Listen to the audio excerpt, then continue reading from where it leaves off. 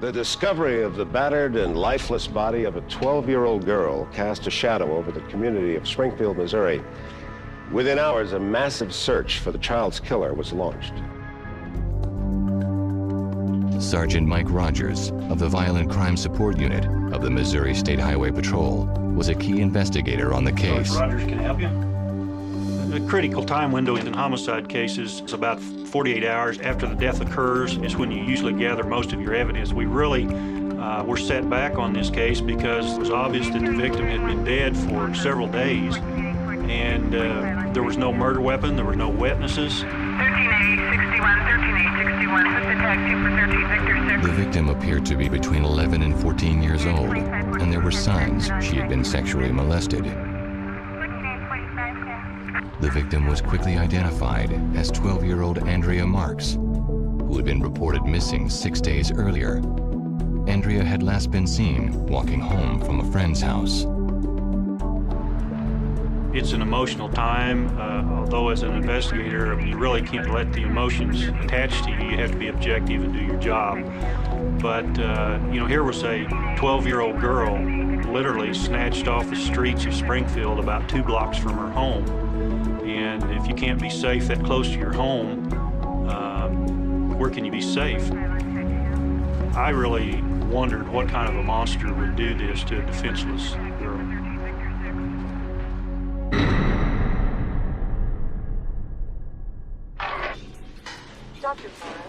An autopsy revealed that Andrea had been stabbed 4 times in the chest with an ice pick type weapon.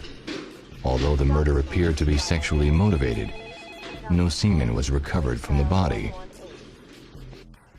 Andrea's clothing was examined by Missouri State Patrol criminalist Jenny Smith. Trace evidence involves little things that you need sometimes a microscope to examine. The clothing of the victim is really the most important thing to a person doing trace evidence. We're looking for any debris on that clothing that did not come from her environment. Hairs that are not hers, fibers that are not from her clothing or from her home. Smith isolated 11 different types of particles that she hoped could connect Andrea to her killer.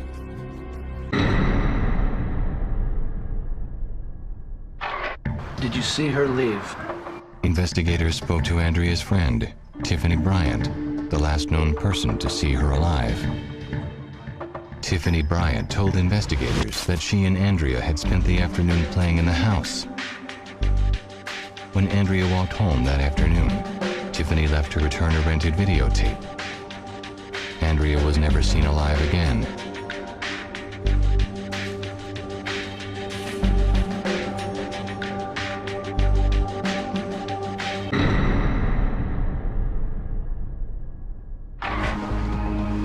Detectives began checking the whereabouts of all local registered sex offenders.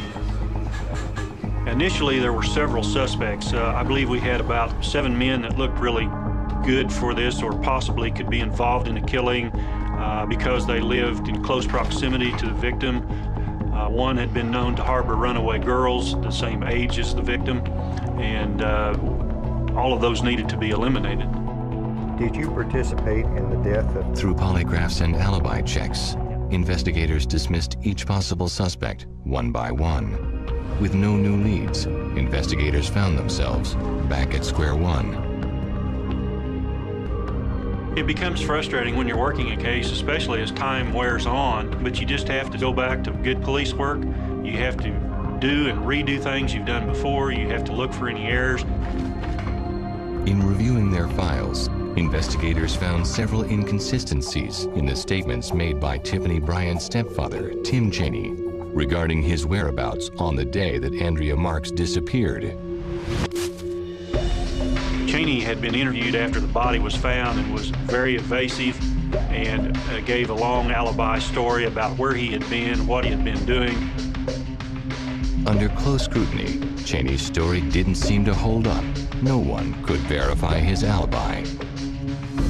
He gave an alibi of leaving his house, going to a nearby car wash. Car wash was full, so he left and went fishing at a nearby lake, then drove around, got lost, went to sleep or passed out, and then later returned home at about 10 o'clock or 10:30. And the only people that saw him return at that time were his next-door neighbors, who confirmed the time of his arrival back.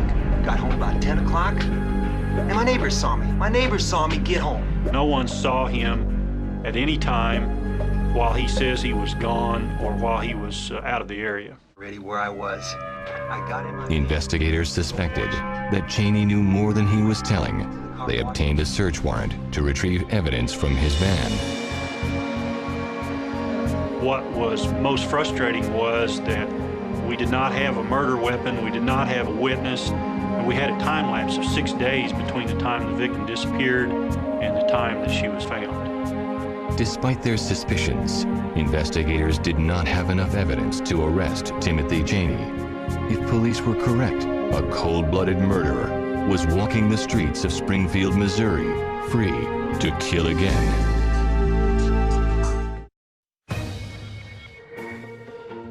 With no murder weapon or witnesses, detectives working the Andrea Marks murder case hoped that microscopic trace evidence recovered from the 12-year-old victim's body would lead them to the identity of the killer.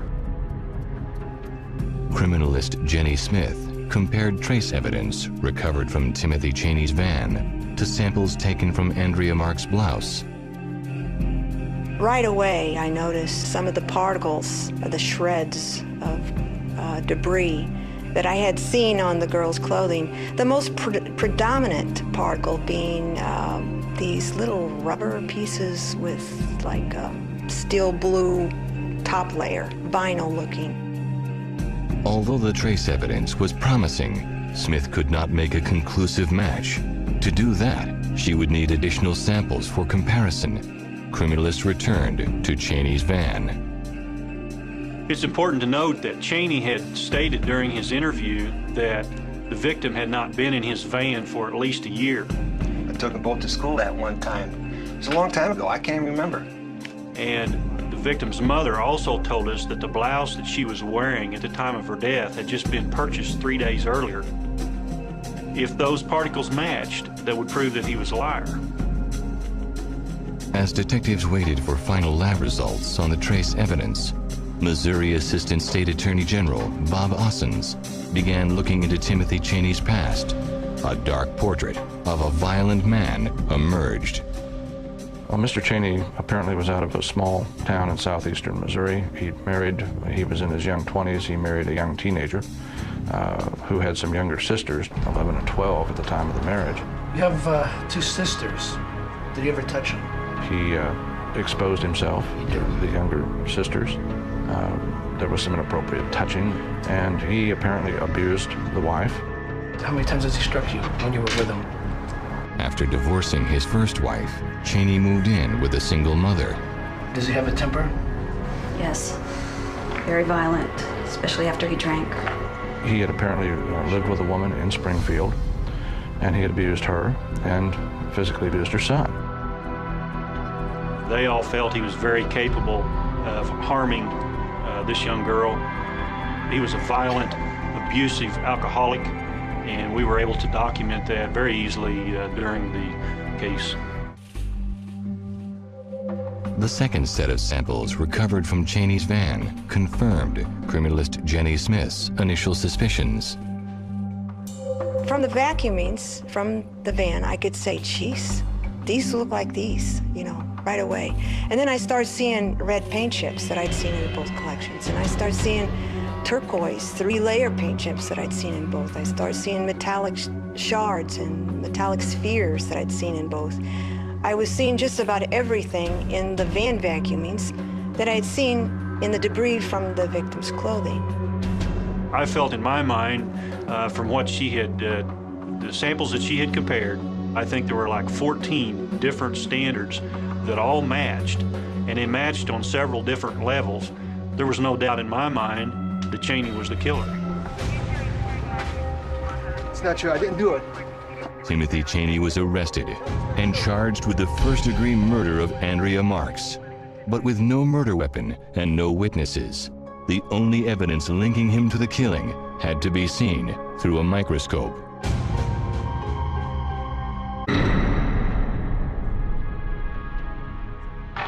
The case against accused killer Tim Chaney relied entirely on complex expert testimony and state-of-the-art forensic science.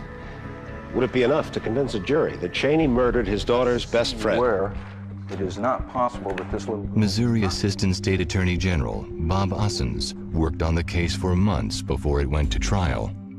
Trace evidence can be crucial in a case, and in this case was absolutely crucial.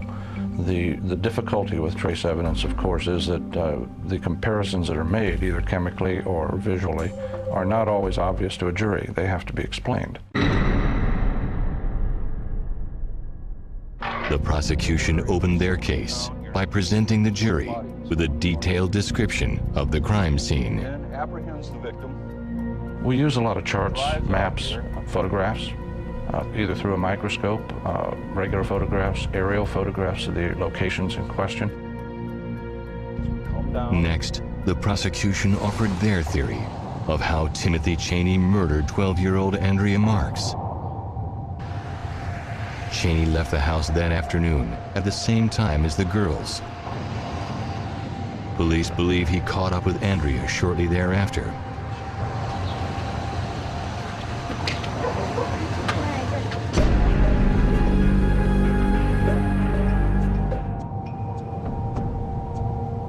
After sexually assaulting and murdering Andrea, Chaney dumped her body outside of town. Although the ice pick-like murder weapon was never found, prosecutors were able to prove that Chaney had access to such a tool. What we did find in Chaney's van was a tire repair kit that can be found at any local Walmart store. Missing from that tire repair kit was a large needle-type instrument similar to an ice pick, and that was probably used to stab the victim 4 times. Was missing this particular device. The prosecution offered compelling proof that Chaney had both the opportunity and the means to murder Andrea Marks. But they knew that their case hinged on complex trace evidence. The main thing we wanted to do was to make sure that the jury understood how it was the trace evidence made it so clear that Mr. Chaney was guilty. We had actual photographs through a microscope of the various pieces of trace evidence. Mr. Ussens devised a chart or a diagram to show them a picture of the van, somebody depicting Mr. Chaney, and another depicting the victim. And he used colored dots to designate different particles. We found some fibers in the victim's blouse in the van right here. He would say, okay, you found these rubber pieces here in the van, and he'd put a blue sticker on the van. And then he'd go up and you found these similar rubber pieces on the victim's clothing. He'd go put another blue sticker on the victim's clothing. One particle is good, but when you see so many similar particles, it makes the evidence even stronger. The jury was not only being told by an expert that these things matched, they could look at the screen and see that they matched, and all that was important. Finally, accused murderer Timothy Chaney took the stand in his own defense. He insisted that Andrea Marks had not been in his van for more than a year. He confirmed that she was at his house the afternoon she disappeared, and offered that as his explanation for the trace evidence. There was an argument from the defense that because the victim had been at the home of Mr. Chaney earlier that day, visiting his stepdaughter, that she could have gotten these particles on her clothing from being at his home. She was in my van, and she's been in my house many times, and the argument being that this would, that the particles in the van were tracked into the home, and the victim went to this home and then got the particles on her clothing. Another important thing about this transfer of this debris onto the victim's clothing was that there was so much of it. We're talking, in lay terms, as much of it as a teaspoon. And I could have gotten more. So it's a far reach to imagine that you could sit on somebody's couch or bed and get up and have a teaspoon of debris from that object. After 2 weeks of testimony, The Timothy Chaney murder trial was handed over to the jury. Chaney's guilt or innocence rested on a teaspoon of dust. His fate was now in the hands of the jury. I think the hardest part of any case is the waiting. When the jury's out, our fate is in someone else's hands. We've done our best to persuade them, but that doesn't mean we've been successful.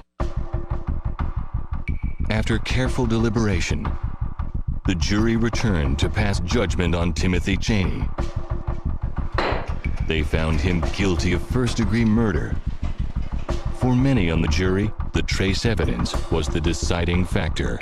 The part of this job that is probably the most gratifying is that when you do contribute to the outcome of a case in a favorable way, and justice has really been served, and you've been a part of that. The people that I was most concerned about were the family, and they were pleased. They're not pleased to have lost their granddaughter, daughter, niece, but they were pleased that justice had been done.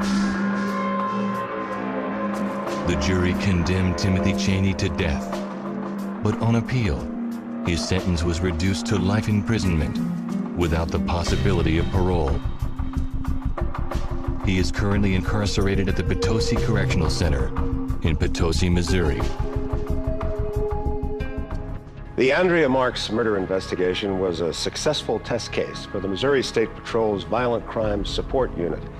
Their use of an advanced computer database which correlates and cross-references key evidence proved invaluable in bringing Tim Chaney to justice. I'm Brian Dennehy. Join me for the next episode of Arrest and Trial.